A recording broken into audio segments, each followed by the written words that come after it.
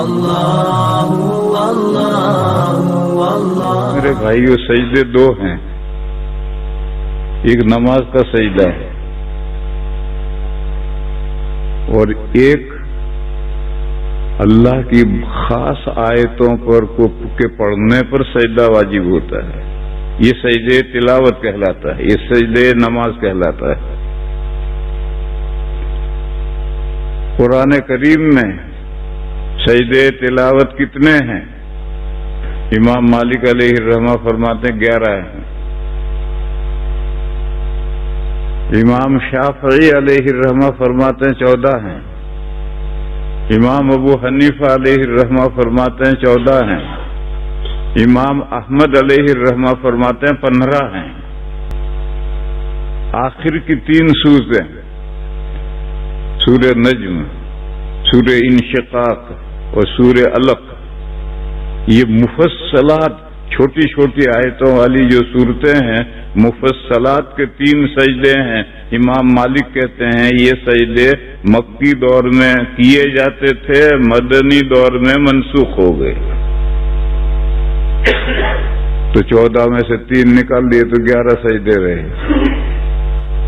امام شافعی اور امام ابو حنیفہ رحمہم اللہ کے درمیان میں اختلاف اس میں ہوا ہے کہ سورہ صاد میں سجدہ ہے یا نہیں ہے، اور سورہ حج میں 2 سجدے ہیں یا 1 سجدہ ہے۔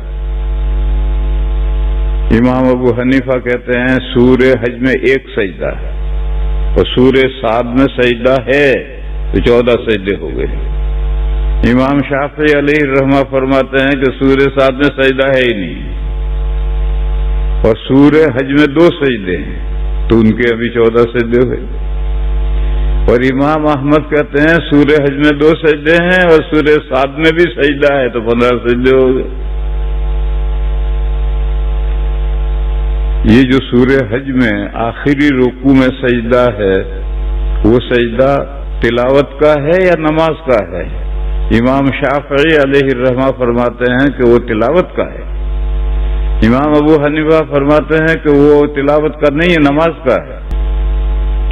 قاعدہ کلیہ سمجھو، یہاں صرف رکوع کا ذکر ہو یا صرف سجدے کا ذکر ہو تو وہ تلاوت کا رکوع سجدہ ہے، اور جہاں دونوں ساتھ ہوں تو وہ نماز والا رکوع سجدہ ہے۔ یہ قاعدہ ہے۔ اگر آیت کریمہ میں رکوع کا بھی تذکرہ ہے، سجدے کا بھی، دونوں چیزیں تو ایک ساتھ نماز میں ہوتی ہیں، پہلے رکوع کرو پھر سجدہ کرو۔ اور تلاوت کا جو سجدہ ہے وہ یا تو صرف سجدہ ہے یا صرف رکوع ہے۔ صرف رکوع کو آپ لوگ نہیں جانتے۔ اگر کسی نے نماز میں آیت سجدہ پڑھی اور آیت سجدہ پڑھ کر سجدہ نہیں کیا، رکوع میں چلا گیا اور سجدے کی نیت کر لی رکوع میں، تو رکوع بھی ہو گیا، سجدہ بھی ہو گیا۔ لیکن آیت سجدہ پڑھ کر فوراً جائے یا 3 آیتیں سے پڑھنے سے پہلے رکوع میں جائے تو رکوع میں سجدہ ہو جاتا ہے نیت کرنے سے۔ اور اگر 3 آیتیں پڑھ لی یا زیادہ پڑھ لیا تو اب سجدہ ہی کرنا پڑے گا، اور وہ اب سجدہ نہیں ہو سکتا۔ آگے تو نے 3 آیتیں پڑھ لیا اور نماز سے باہر بھی سجدہ نہیں ہو سکتا، نماز کا سجدہ نماز ہی میں ہوگا، لہذا تیرا سجدہ رہ گیا، گنہگار ہوگا، فرض اور واجب کے چھوڑنے کا گناہ ہوا۔